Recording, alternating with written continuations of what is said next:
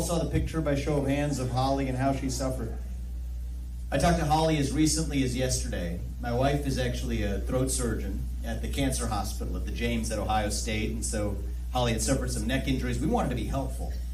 I had people criticizing me for having the gall to call one of the victims, and one of the things that shocked me was 3 days after the attack, Holly told me that not a single elected statewide or even local elected official had called her at that point in time. And it just, I think, shows a little bit of out-of-touch leadership that we have to get back in touch with who we're actually here to represent.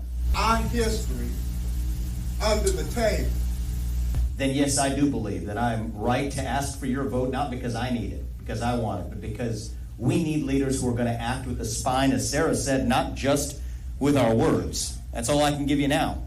But once we get in there in 18 months, to also be able to serve with actual action, with a spine, not sweeping these issues under the rug, but confronting them through actual action. That's my commitment I'll give you. You can defend yourself even with a weapon.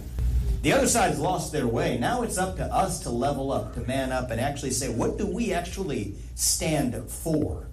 See, the other side might give us their own version of poison. We're going to stand for truth. We're done obsessing with the failures of the other side. We won in November of last year.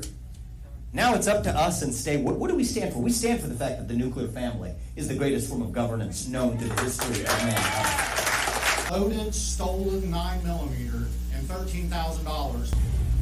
That event, less than 2 weeks ago, that brutal assault by a violent mob triggered such a reaction, wasn't that it was a one-off. Because I think if it was a one-off, it wouldn't have mattered for a national attention perspective. It matters to every victim, but it wouldn't have mattered for national attention.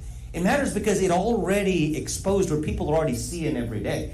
I've got friends through greater Cincinnati. I was born and raised here, texting me for the last several weeks. They're afraid to go into the city. I have a cousin who works in the emergency room at Cincinnati Children's. Her shift is 5 p.m. to 1 a.m. When she leaves, she tells me she runs red lights through certain parts of the city because she can't take the risk of feeling like she can actually stop. Johnson, who was Kennedy's vice president.